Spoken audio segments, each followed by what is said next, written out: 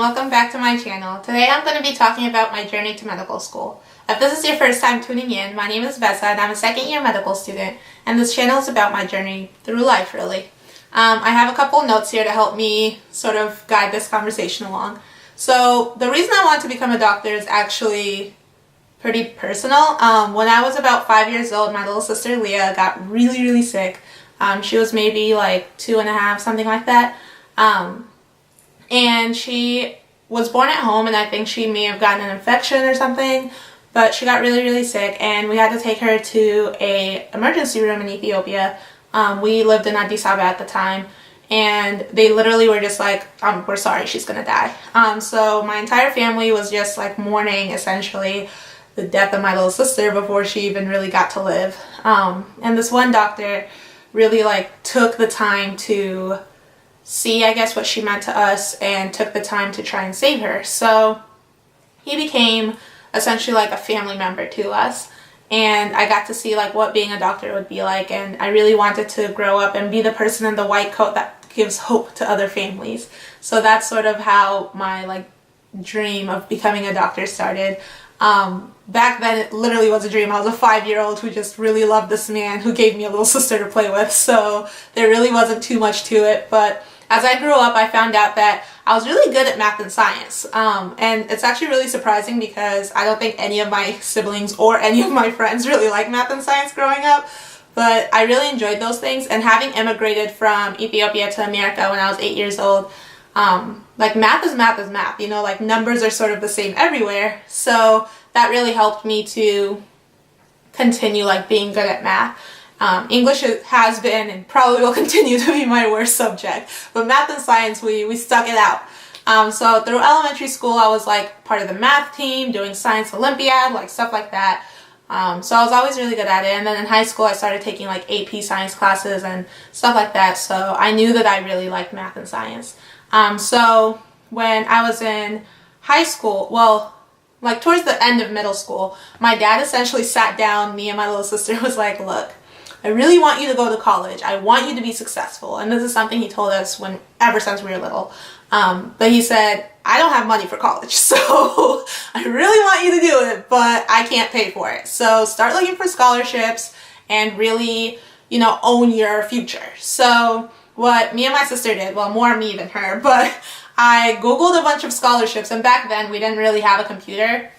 When I was in middle school, I had to go to like the public library and do all this, but I would like go to the library, and instead of like, you know, going on Facebook or whatever, I would Google different scholarships, and I would just like Google parts of me, you know, I'd be like black girl college, or like Ethiopian college, or girl science college scholarship, you know, like just different key terms.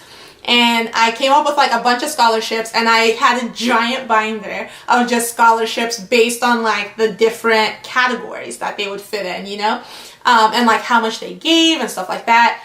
And through this whole weird process, I actually found out about the Simon Scholars Foundation. So this actually happened serendipitously? See what I mean about English? So I was in 9th grade, and there was a girl that I stalked around who was older than me at the time, and she had gotten a scholarship, and she told me about it, I want to say like towards the end of my freshman year of high school. So you apply for it your sophomore year of high school, like towards, I want to say like towards the end of your sophomore year, and then you find out about it towards the end, like end of sophomore year, beginning of junior year. So I applied, and it's essentially for people who have overcome hardship to get to where they are. So I applied to the scholarship, and I just, you know, told my story, and I actually ended up getting it, which sort of starts the long history of scholarship luck. That would be how I got to where I am today. So I got the scholarship, and it was really great. They did a lot of like fellowship, leadership, workshop, like that kind of stuff, which was really great. They gave me my first etiquette class. Just a lot of things that would help you be successful professionally that aren't necessarily taught in school. And people that come from my background, you know, like my parents didn't have careers. They had jobs. They just needed to pay the bills. So I didn't really have the background of, you know, like going to fancy balls or going to fancy dinners or like meeting really professionals or things like that. So I didn't really get the opportunity to learn that stuff in my own personal life. So it was really great that they had this kind of programming. So through one of these networking programs, I actually met a guy who went to Boston University for, I think he did biomedical engineering as well, but he did a type of engineering.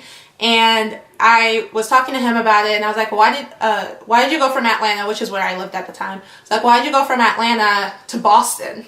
And he was like, well, I got this scholarship, and so I'm going full ride. So I was like, hey, if you're going to pay for it, I'm going to go. And I was like, oh, what's the name of the scholarship? And he said Posse. So I was like, all right.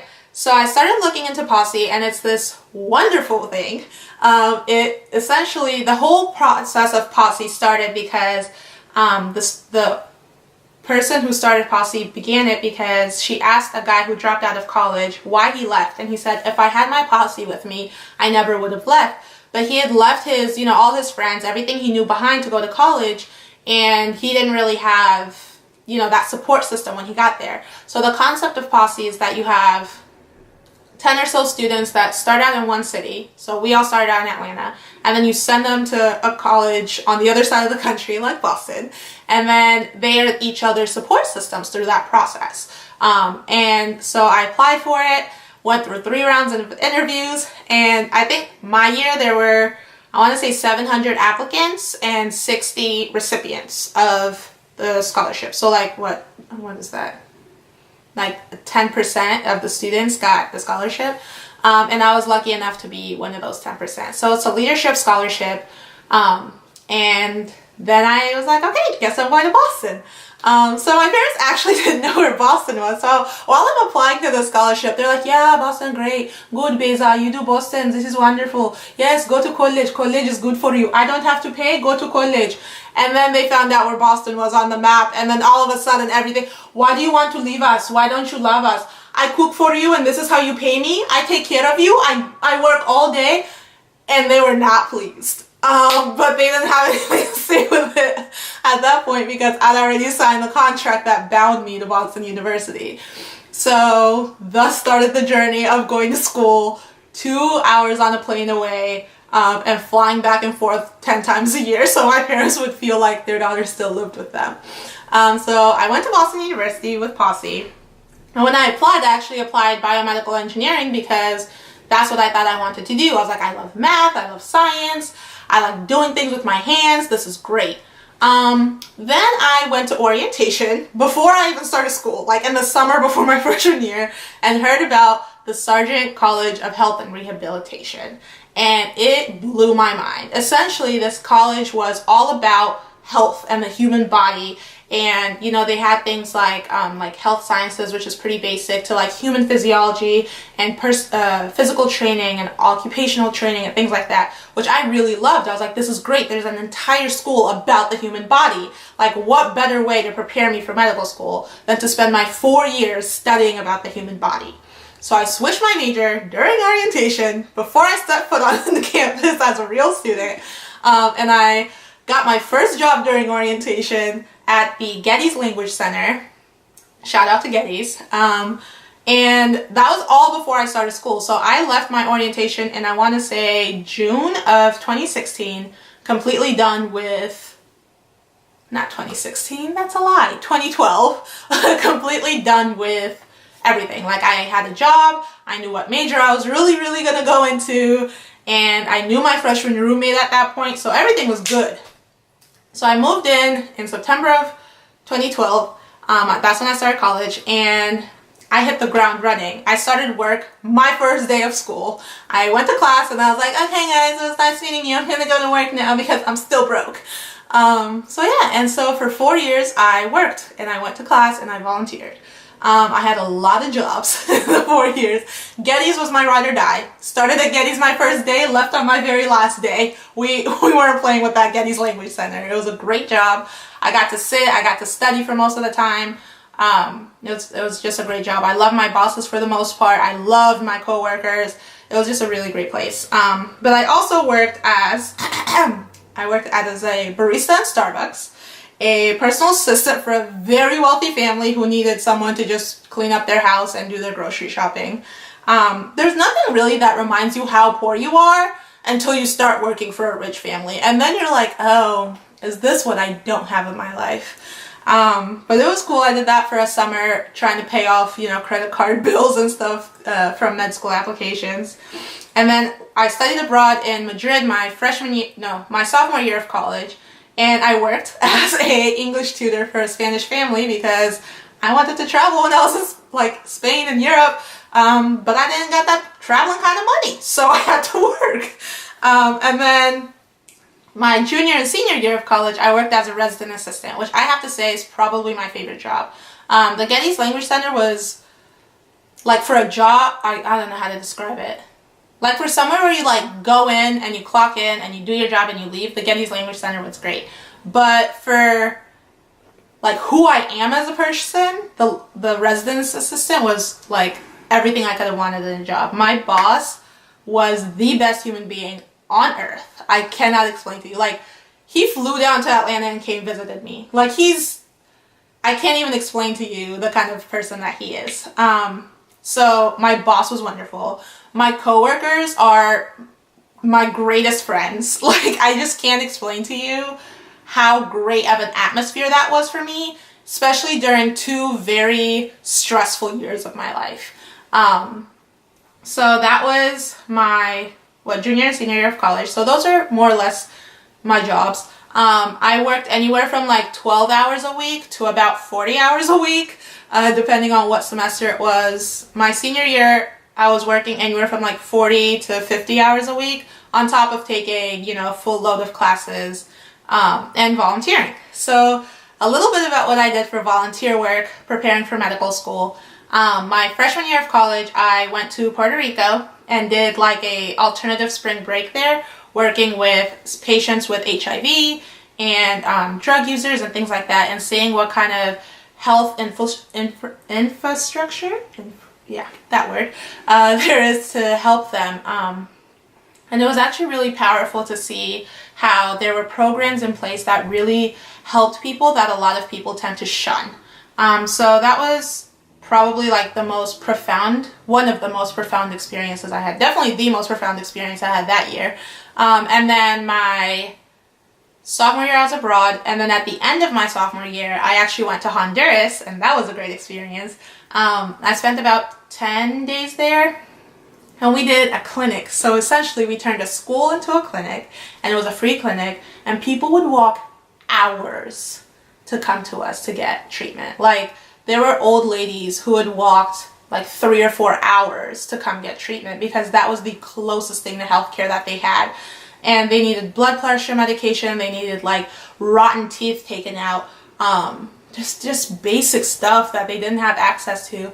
And it was heartbreaking, but at the same time, I don't know, it just showed me the amount of compassion people have, because none of the students complained. All day we left our housing at 5 a.m. We got home at 10 p.m. We never complained. We were so happy to be helping, and it just opened up my eyes so much to the need that there is around us. And so, I've always wanted to work with the impoverished, and I've always wanted to help people in, less than becoming situations. But that definitely drove it home for me. It was such a great experience. And it really reminded me of communities in Ethiopia that don't really have a lot of support. And so I started sort of thinking about how can I start a clinic in Ethiopia that would do the same kind of thing, because there are plenty of rural places there that don't have this kind of work and stuff like that. And then that also made me realize whatever medical school I ended up going to, I wanted them to have a dedication to helping people that are in poverty, that are in bad situations. And so my junior year, I really just worked most of that year, and then I actually also started Health Leads that year, towards the, I want to say, middle of the year. So Health Leads is another great program. We are patient advocates, so essentially we worked with the social workers in the hospital, and we would help connect patients to resources outside of basic medicine. So we were connecting them to things like electricity and water, and making sure their rent is paid, and childcare so the parents can work, and things like that, just so the patients have everything that they need in life so that they can focus on their health, so that they can make their health a priority. Because when you have to worry about everything else, it's really, really hard to focus on, you know, making sure you get your medications, or even making sure you have money for your medications if you can't get to a job, you know? So it was things like that that really helped me see, I guess, the holistic aspect of patient care. And so that added to my medical school thing. I was like, you know what, whatever medical school I go to, I want them to be able to help the poverty. I want them to care about their patients, and I want them to care about holistic medicine. So I started, after summer between junior and senior year was MCAT year, or MCAT summer for me. So I started studying for the MCAT, got mono because my life is just a nice game of luck. And I actually got mono a month before my MCAT, like 3 weeks before my MCAT. So I was out for a week, like out. I couldn't tell you anything. Like I was 104 fever, daydreaming about things that didn't make sense. I'm pretty sure I had a dinosaur in my room at one point. Like I was out. But I made it through, and then I was like, you know what? I've already paid for the MCAT, so like I can't reschedule. It's too late to reschedule that anyway at this point. So I took the MCAT, and I was like, you know what? Jesus, take the wheel. And he took it. He took it. He drove it to paradise because I did pretty good on the MCAT, considering I was pretty much out of it for like a week and a half.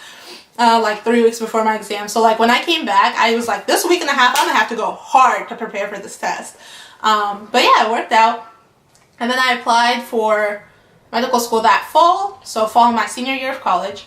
And then the secondaries came in. I was doing secondary applications. I was broke, guys. I maxed out 2 credit cards. I maxed out my prayer card to Jesus. I was like, look, if I can just find $50 this month to make this secondary payment, I will do it. I'll go to church every Sunday that I am home, and that like there is not a promise I didn't make to try and get this money to pay for these things. And that's when I knew Bay was Bay for life, because he was like, Biza, why are you stressing? Let me help you. When you come down for interviews, why do you need to pay? I got you.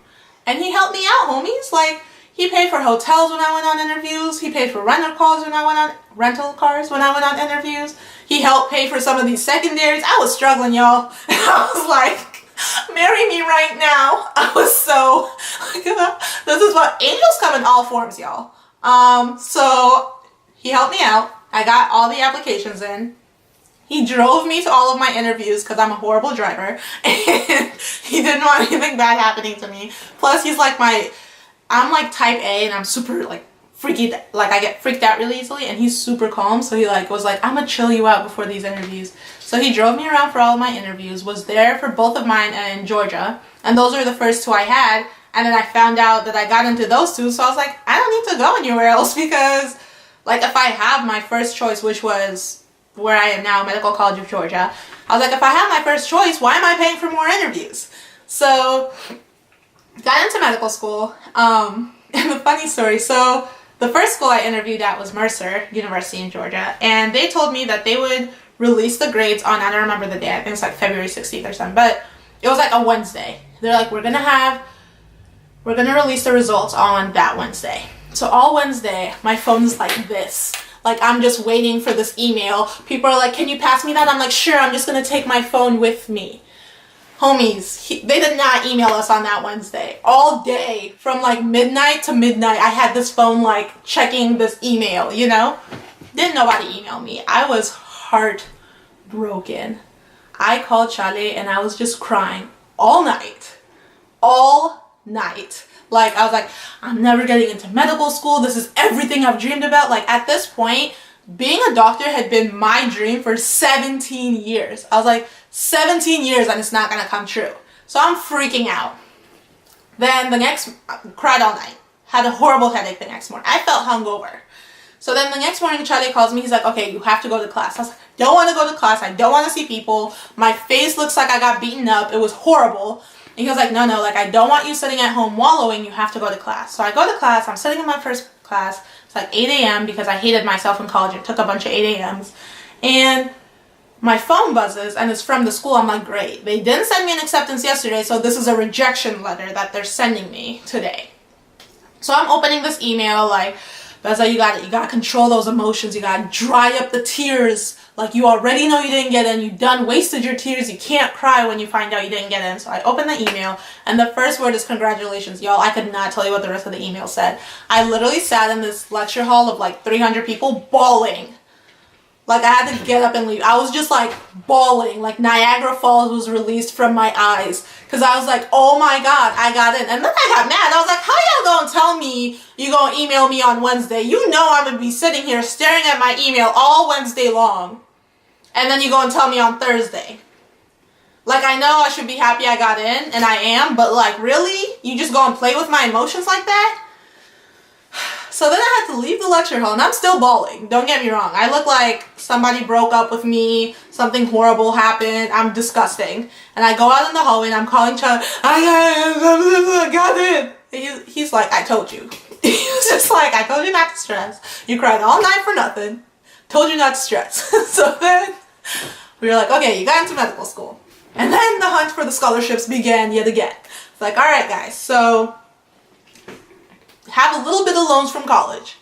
But now I'm going to medical school. Medical school is expensive, so I have to figure out a way to pay for medical school. So the binder came out. I started Googling random shit again. I was like, black girl medical school, Ethiopian medical school, 5'4" medical, like there wasn't a term I didn't use. Allergic to petroleum medical, like random crap to try to find a scholarship that wouldn't be too competitive. And in the process of all of this, I found out about the military scholarship and the health, the one that I have that I never know the acronyms for, HRSA. So the military scholarship, I actually thought I was going to do that, but my mom was like, what? Do you know how many brothers I had? 3 brothers. 3 brothers, they die in the military. Now you want to go die in the military? And I was like, no ma'am, I don't. I do not. And she was like, good, because if you decide to go to military, I will kill you before you leave. And I was like, okay, maybe I won't apply for the military scholarship. And thus that chapter was closed. So then the next thing was HRSA, which is, I'm gonna just put the name down here for y'all because I'm not good with long names, but it's, all right, so that scholarship, I applied to my second semester of my senior year of college, like towards the end of it. And y'all, it was a long process. It was a long process. But I finally, because it's like a government issued scholarship, so there's a lot of things you have to prove to be like, I am who I say I am. If we like default, if we default on the contract we signed, then you have to pay back 3 times as much money as you borrowed or they gave you or whatever. So it's crazy. But I was like, you know what? It's worth it. So the scholarship itself is for people who are going into primary care, which is what I want to do. And they give you, it's full tuition. So all my tuition for school is paid off. Thank you, Jesus. And they give me a stipend every month. So I get a little bit of money every month to live off of, essentially. And then they paid off my tuition, so that's what I'm living off of right now. And so the promise is when I'm done, so they're paying 4 years of medical school for me. So when I'm done, I'm going to do 4 years of service in an underrepresented area, which to me was like, so not only are you giving me a scholarship, then you're going to help me find people that I can help. Like, how can this be any better? You're doing 2 things for me and you don't even know it. So that was perfect. And so I got that scholarship. We found out about it in September of 2016, like found out that we got it. And we were at Chick-fil-A, I think, and I'm like, same thing. They're like, the results will be released on this day. So all day I'm checking my email, like reloading, using up all my data, just trying to find this email. And we went to get Chick-fil-A because I stress eat. And we're in the parking lot of Chick-fil-A about to leave. And I was like, okay, I'm just going to check one more time. I'm just going to check one more time. And I got the email, so I'm like, oh my God, I need you to hold my hand. I'm not ready for this. Oh my gosh. So I'm over here like checking my email. Charlie's freaking out because he knows if it's not good news, then nothing good is going to happen in our lives. Like, I'm going to be depressed for like weeks. So I'm like checking, I'm like, I'm not ready. I don't know what to say. So I open the email, can't read it. I'm like showing Charlie, like, you tell me, is it good? Is it bad? Do I cry? Do I laugh? What's happening? And he was like, oh my god, I think you got it. So we're reading it, like, oh yeah, we have money, we're not gonna die hungry. So we were both very happy, needless to say. So this scholarship has been a major help for us. One, because we're not taking out as much loans, so that means we'll hopefully be able to pay off our loans in a reasonable amount of time. And two, because it means Charlie doesn't really have to work. So we're able to live off of the loans I get from school for like living stuff and the stipend I get every month. Between those two, like, we're pretty much okay. We live by ourselves. We have right now a townhouse. Is it a townhouse? I guess a condo. But yeah, so as far as I'm concerned, we're living the good life. And the best part of it is that Charlie hasn't really had to work.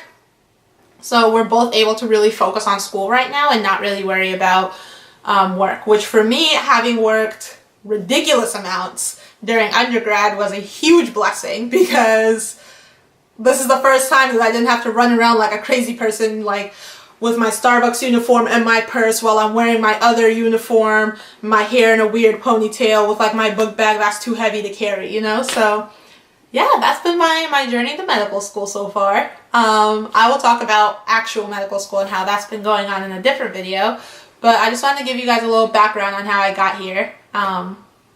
If I didn't mention before, I go to the Medical College of Georgia. It's in Augusta, Georgia, and I'm really liking it so far. I already have 1 year under my belt. I'm on my 2nd year now, and I don't regret it. It's been a dream come true. Alright guys, we'll talk to you guys soon. Mwah!